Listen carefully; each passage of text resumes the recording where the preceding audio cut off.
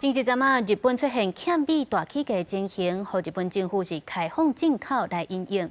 咱台湾种的米伫咧日本也真受到欢迎。为着要拼外销，国内有生物科技公司甲农民来合作，合作300公顷日本的品种，而且减用化学药剂肥料来提升品质。按算今年会有2700吨的米销去日本。 挂钓机咧参与来回修成，这个稻米拢是牛年的农民和生物科技公司去做，选择日本的品种稻米种植，并导入减少使用化学农药和肥料，以提升品质。未来佫经过看守包装，就会当出口到日本。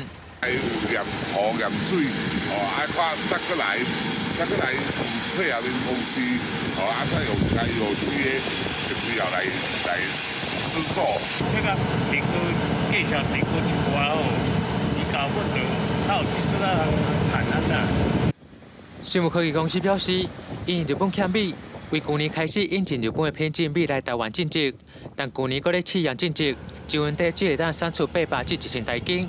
经过栽种和培本管理改良等，今年我和中南部县市的农民去做300公顷，一温地已经会当收成大约1500台斤。土壤的部分，我们是有用有机肥下去跟微生物菌，这个木霉菌的一个部分去加强土壤的一个病虫害的一个控制，跟让它去开根。因应这次日本缺米的风波，那我们也扩大了到日本的稻米输出。未来我们希望以中央合作，持续扩大稻米输出到日本跟世界各国的稻米政策。 生物科技公司就预估，去做300公顷会当出口2700吨的白米到日本。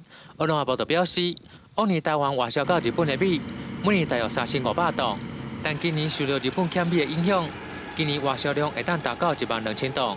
米安那长期加向去做，会当有寡济优质的米销往日本。国视新闻王伟雄为你报道。